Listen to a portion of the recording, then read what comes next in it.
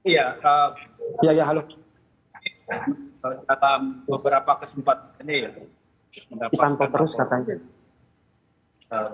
masyarakat tentu tentang adanya beberapa warga negara Indonesia yang masuk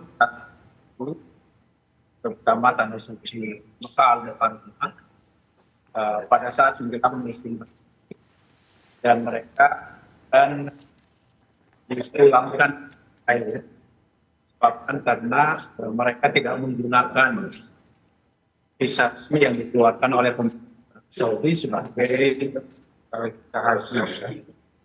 Kan kita tahu bahwa di dalam haji tersebut penyelenggaraan ibadah haji itu bisa diikuti oleh visa yang dikeluarkan pemerintah Arab Saudi berupa visa haji. Nah, visa haji ini terdiri atas dua. Pertama adalah visa yang dikeluarkan untuk haji reguler dan haji khusus. Dan yang kedua adalah apa yang dikenal dengan visa furoda atau visa berjamaah. Nah, kedua visa ini memang merupakan visa resmi yang dikeluarkan oleh pemerintah. Namun, memang kita juga menemukan bahwa ada beberapa jamaah haji kita yang menggunakan di luar visa tersebut. Ada beberapa di antaranya misalnya menggunakan visa amal, visa ziarah, dan visa entry.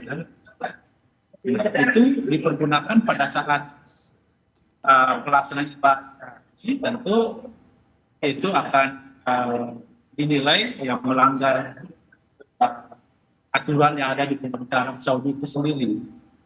Nah, kita sebetulnya memahami kenapa pemerintah Arab Saudi hanya membolehkan bagi haji, karena kita tahu bahwa kapasitas dari penyelenggaraan ibadah haji itu kan telah ditentukan oleh pemerintah Arab Saudi yang kurang lebih 2,5 juta seluruh masyarakat muslim dunia untuk menunaikan ibadah haji.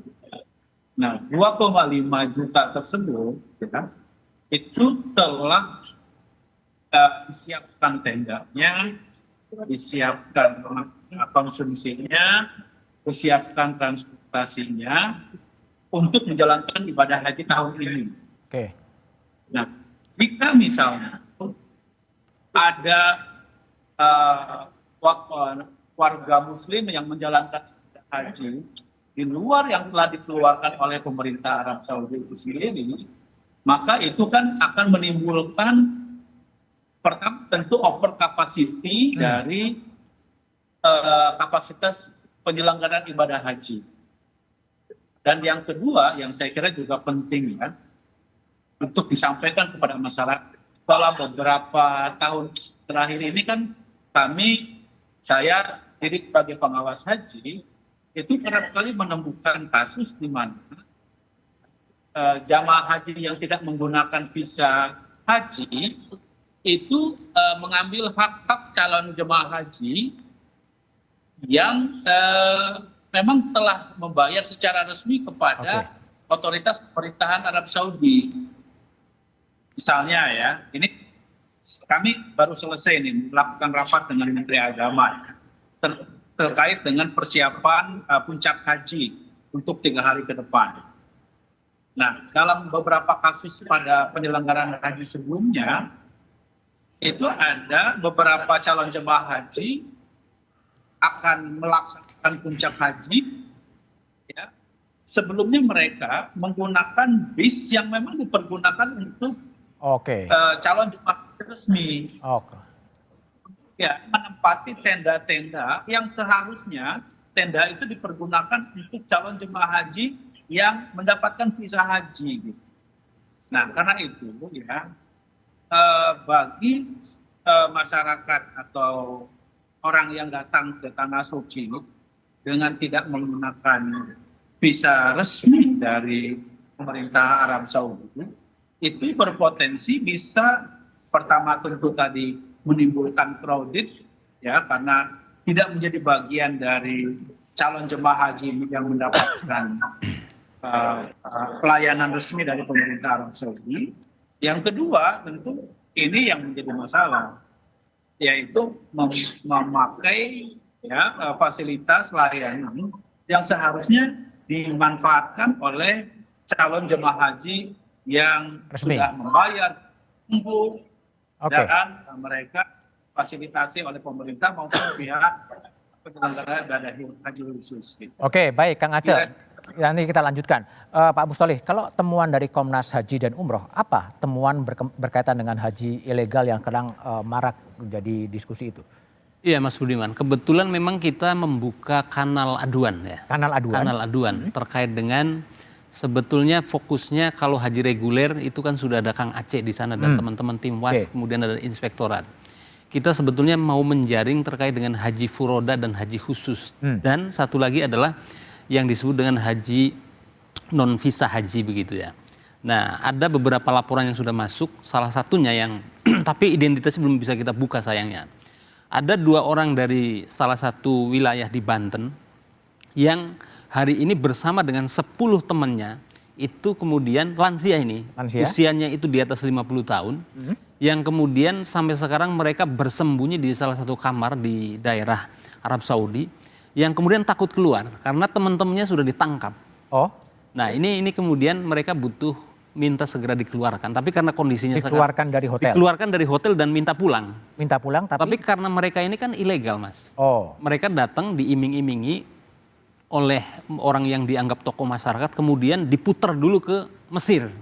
Baru karena kan kalau langsung direct flight dari Jakarta ke Jeddah atau Jakarta ke Madinah nggak bisa karena di sana sudah banyak polisi.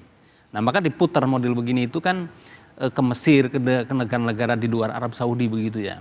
Dan biasanya patut juga ini supaya literasi masyarakat juga patut waspada ya. Ketika kemudian hajinya itu tadi yang dibilang oleh Kang Aceh itu di luar visa haji reguler, haji khusus dan haji furoda atau visa mujamalah, itu disebut memang sebagai haji ilegal. Jadi kalau ada orang yang mengatakan bahwa ayo haji murah tanpa antri, ini harus waspada. Nah, tapi kan pasarnya ada Mas Budiman.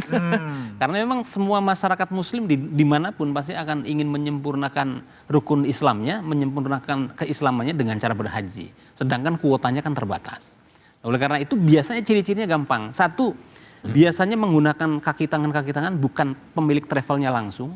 Kemudian dokumen-dokumennya tidak jelas, dan bahkan untuk di kasus yang sedang kita pantau ini, mereka untuk memfoto dokumen sendiri, kemudian memfoto tour guide-nya saja, itu tidak boleh.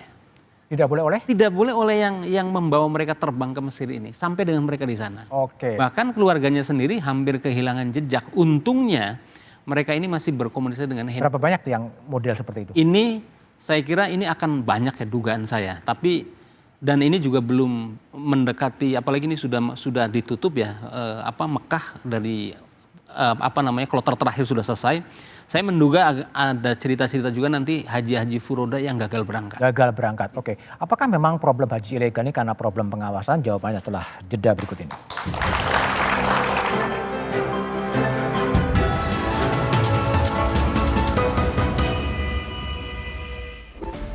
Polemik jemaah haji ilegal di Indonesia terjadi hampir setiap tahun.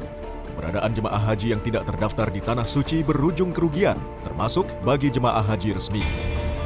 Benarkah daftar tunggu yang panjang hingga maraknya biro perjalanan haji nakal jadi penyebab jemaah haji ilegal asal Indonesia bermunculan?